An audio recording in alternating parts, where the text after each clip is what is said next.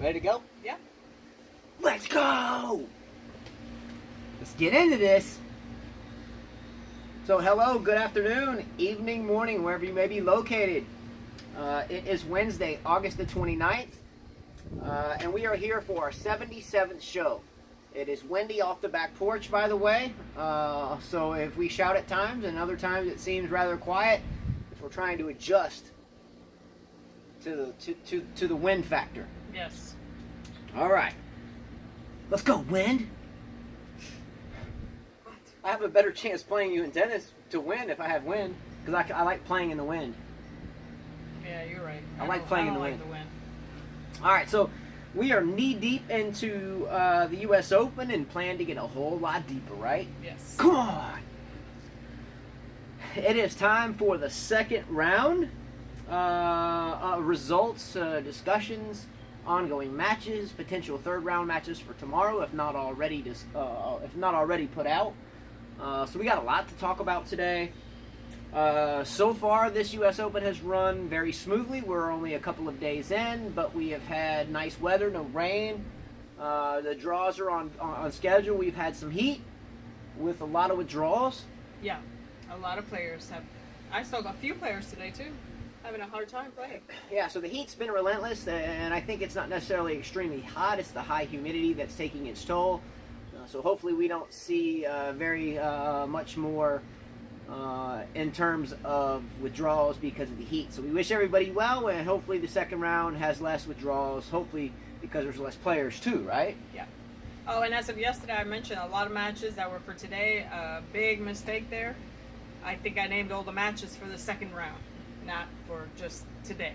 All right. Good call there. Yesterday she was mentioning a bunch of matches today. I think they were second round matches. But Second round matches. The benefit of a major tournament is generally you get a day off in between matches. I think sometimes there's a run-in when it gets close to semifinals Right. weekend or finals weekend or quarterfinals weekend, and there's been some rain over the years, but now we've got a couple of roofs, so I think most of the time the U.S. Open is plodding through their matches. So great tournament so far, really enjoying it.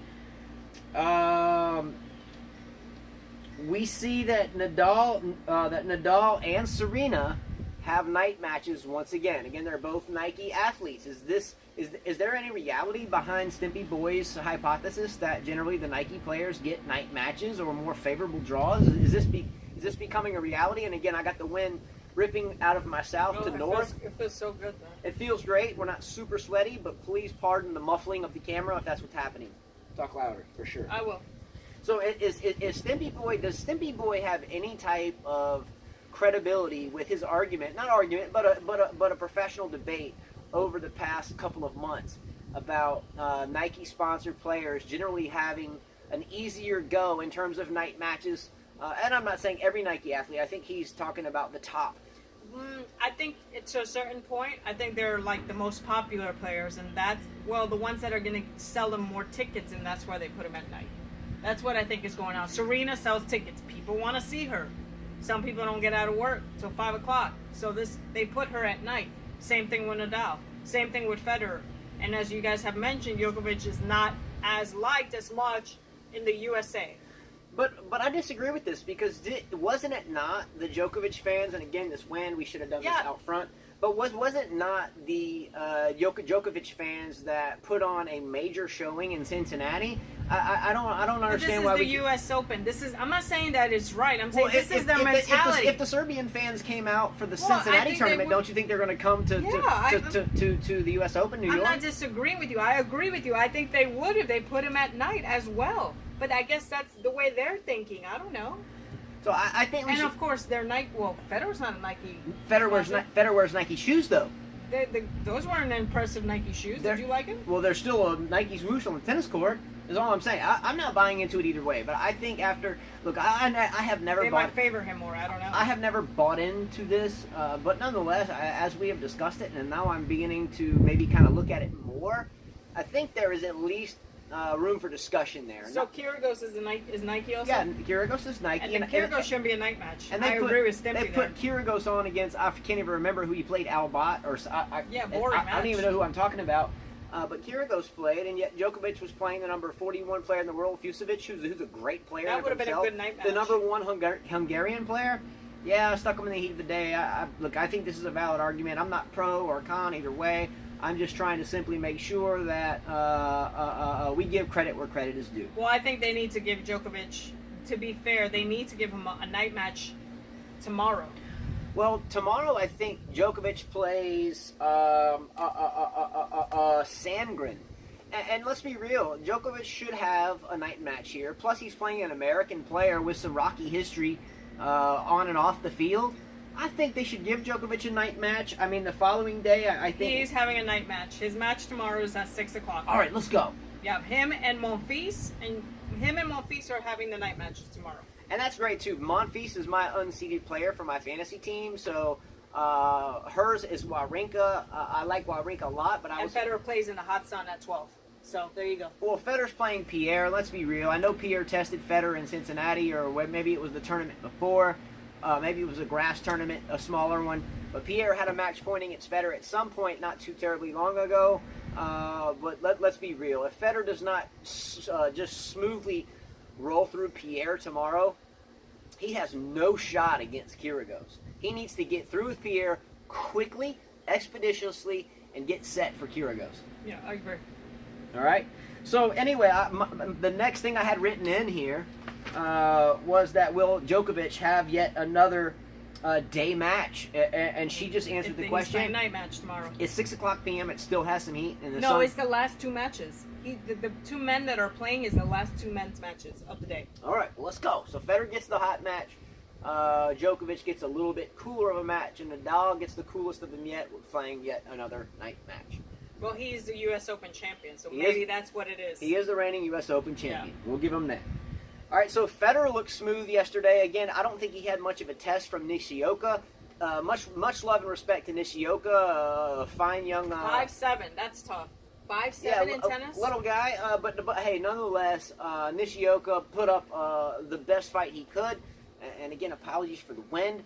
But much respect to Nishioka here. Federer cruised. I think he won 2-2 and 4. I think it should have been 2-2 and 2. But I look forward to seeing Federer handle.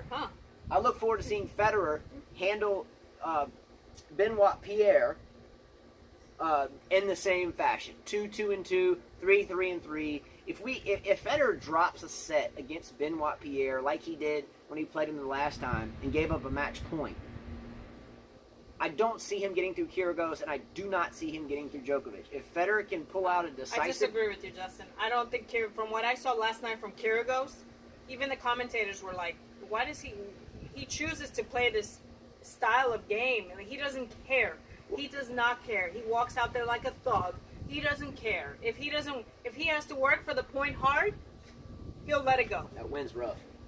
I think there was a time yesterday where we had another example. Even though Kyrgios was up 40-15, he came to the net to hit a volley. Instead of just hitting the volley cross-court to end the point, and I think even the match, and I may be wrong on ending the match on this, but he tried to hit a tweener volley and dumped it in the net. It's about the 27th millionth time I've seen this happen. So, again, I have Kyrgios on my fantasy team, and I think he could be great. But if he coughs up 40-15s and thinks he's that comfortable against Federer or Djokovic, sorry, buddy. You give up 1 point to those guys, and you're going to have a real bad day at the office. Watch this wind. I know we got wind, right, but I can feel the wind. You don't think I can feel the wind? Hope so. You wanted to do it out here. I'm all windy. Okay, but he keeps telling me, watch the wind. But it sounds watch the wind. I can watch the wind. Yes, I can feel it in my skin. It sounds like a muffaletta sandwich half the Well, time. then we could turn it around and do it that way. But then it's just going to be muffled in the other direction. Let's go. All right.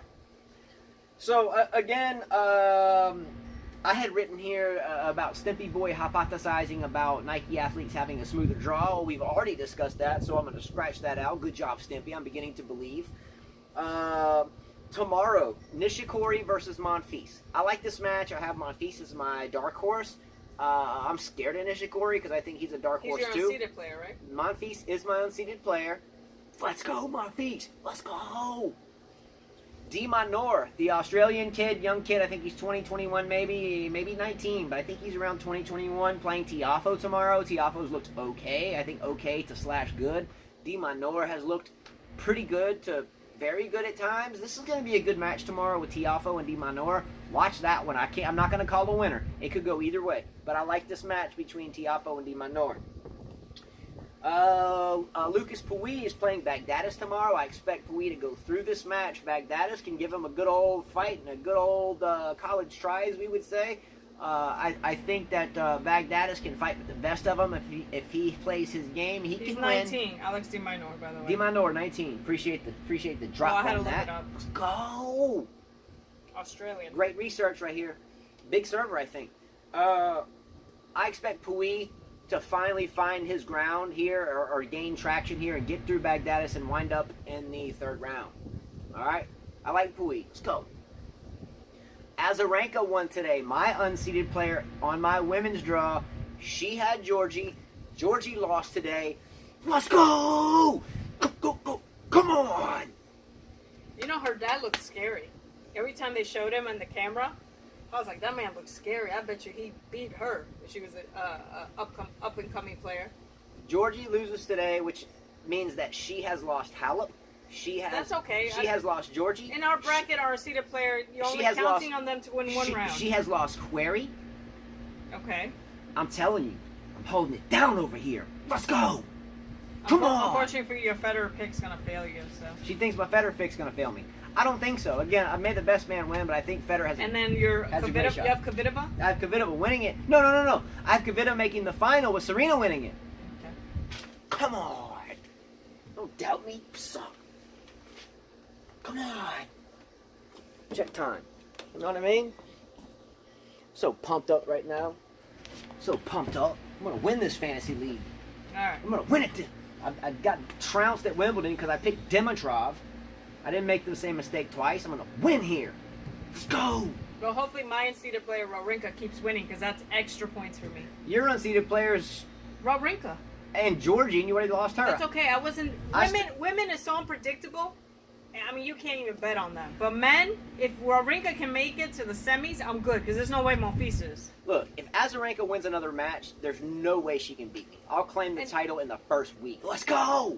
Let's go! And then depending who Azarenka plays. And then, by the way, if Monfils beats Nishikori, no way you beat me. No way! Don't you have Nishikori in your thing? No. Oh. Well, let's go, Nishikori. Come on! I'm just kidding. I like Monfils, so I don't care if he wins. Okay, so before we get into viewer comments, as always, and again, I got a really strong south wind that's got to be just muffling the camera at this point. As always, thanks so much to all of you. Yesterday, thanks to all of you for watching and being a part of what we do. Yesterday, we had the luxury of watching a match, Djokovic playing Fucsovics, internationally at the same time. Pardon the wind. But there's people all over the world that were watching this match, and yet we were talking about it at the same time after each point during this match. After that, I think we were both humbled in a sense that, wow, this is pretty cool. We have befriended people globally, and we're watching the same match at maybe 2 in the afternoon and 3 in the morning here and midnight there. And we were watching it together with all the best of fun. For us, the world got a lot smaller last night. I know sometimes we tend to think that the world has just got so much going on and there's nothing positive in it anymore. But nonetheless, it was very positive for us to be able to enjoy that match with all of you. Let's go! Come on! I mean that. That was really cool. That was really, really, really, really cool. Really cool. I think Wayne was watching. Rahesh. I think Stimpy Boy. I think Stefan was watching. I think, I don't know if I said Wayne and Chia. I think Dark Knight was out there watching. And we were commenting, and these people... Stefan was watching, and these people were scattered throughout, and we were talking about the match at the same point. The look. Kia. Really cool stuff, man. So thank you. I think Rahesh, too, right? Yeah, I said Rahesh, didn't I? So... Yesterday was a really tough day for Carla and I, just to lay context, because we got a lot of questions about this. I vented that we had a rough day, and we keep to ourselves, so how can it be that we find ourselves in the midst of something that we don't even really know our perpetrators per se. So we live in a duplex type place. There's a house directly tied onto ours. And as we found out, we were fictitiously accused of certain things to try to get us to run away and to move so someone else's family could move in, basically. Insofar as my own children, who again are half Spanish, were stereotyped as certain denominations of life and scum that we wouldn't want to talk to anybody about. But because my kids are mixed, and some of them have different complexions than those that we live around, we were pinpointed for accusations in which someone thought we would, or a party thought we would tuck our tails and run away. Fortunately for us, we have been through a lot in our lives, just like all of us have. And at the end of the day, some of the comments that stem from this yesterday by means of Robert Starr and Rahesh and a lot of other people enabled us to remain cool, calm, level-headed, and to try to smile it off, knowing it was so preposterous and dumbfounded that it couldn't possibly carry weight no matter what. So I take that with a grain of salt. At the same time, it still clouds my mind. For me, for another, I guess you could say, another group of human beings to come up with fictitious things about a good family of 7 that raise good kids with good morals and coach high school tennis and do our best to provide for those around us in community. Perfect strangers would concoct such a tale in order to try to push us out so their own people could move into our home that we have had much longer than they have been here anyway. So I don't know where I'm trying to let this go, but because I'm keeping my mouth shut amongst where we are, I feel like those that wished us well should deserve to hear why I vented about it in the first place. So anyway, we're still here, definitely, and in terms of yesterday, I kept telling myself just be kind, be kind, be kind. Then I told myself there's no way I'm going to let this type of ridiculous nonsense push me away from doing what we love to do, which is this with you. We pushed through it immediately afterwards. I think I read a beautiful comment by Robert Starr that we're going to read, and it helped me remain cool. And again, be kind. Everybody's fighting a tough battle, believe me. And yesterday, having just been blindsided by something, I had to tell myself, how do I react? What do I do? Do I smash my tennis racket? Is that what I'm supposed to do? Then it will just be worse. Or do I hold my head up, smile like nothing has occurred, and anticipate whatever comes my direction in a positive way? That's what I kept telling myself. And then to read that from Robert Starr, I thought was just great. Yeah. Yeah. I mean, I read it at 3 in the morning or 4, because usually I wake up around that time, and that made me smile. I mean, I'm not the type of person that runs away. I'm a pretty strong person, I would say. Strong-minded person, and I always hold my head up, and I always tell my husband, if someone doesn't like me, well, so sorry for you. I'm going to keep being me. Yeah, I mean, it's difficult for us here, and again, we've mentioned this before, we sometimes are tennis ostracized, and that no one really gets where we come from and where we live, and I'm not being stereotypical about where we live, but sometimes we feel ostracized, but at the same point in time, to have something happen yesterday, which was basically a direct insinuation that we were potentially doing something or whatever, and therefore come to find out from multiple sources that this has been an ongoing thing. I guess their friends spoke and advised us that they're simply trying to free up your house. Don't fall into the trap. And we're not going to fall into the trap, but that's what yesterday was about. And we kindly passed on the opportunity to say anything and just kept our mouth shut, hold our heads high, and keep trying to do this for you every day. So that's where it came from yesterday. So I just wanted to clarify that. You're part of our home, and that was my mindset yesterday. So now you have the explanation of why. So for Robert Starr, we stayed positive. I believe in your synchronicity theory. I believe in that if you are good, then good things will happen. I believe if you are negative by nature, you will have negative things occur. So I refused to bow into that yesterday, and I wish those well that decided to do such. And I hope that all understand that we're right here and we're going to keep going. Right. Let's go. All right, so it still has my mind cloudy, but forget about it. All right, so Carla right now is going to begin reading viewer comments. We are going to get into upcoming matches for tomorrow, third round or bottom half of second round rather, and today's results at the end, because they're still ongoing matches, right? Right. I'm looking at them as you're talking. So we want to get as much results in as possible. So we're going to do the results at the end. Okay. So Carla's going to start with viewer comments, taking off from yesterday's two-part shows. From part one, we're going to try to scoot through those as quick as we can and get into results and upcoming matches. All right. First comment of the day is the look. Just some facts. Nadal play N148. What does that mean? I didn't understand that. The ranking in the world. Nadal played the 148th. Oh, okay, got you. So Nadal play ranking, and number 148. Federer 177, Murray 488, and Djokovic 41.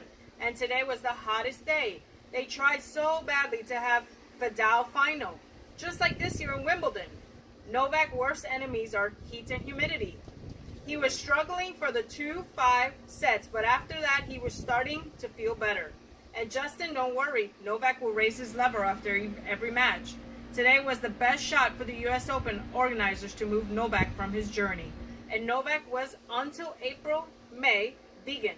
Now his new old trainer, Vajda, said he's eating fish and some flesh again. He looks way better than last year. By the way, I like your place, Justin. Let's go! My both picks won. 6 to come. Stay tuned. Go!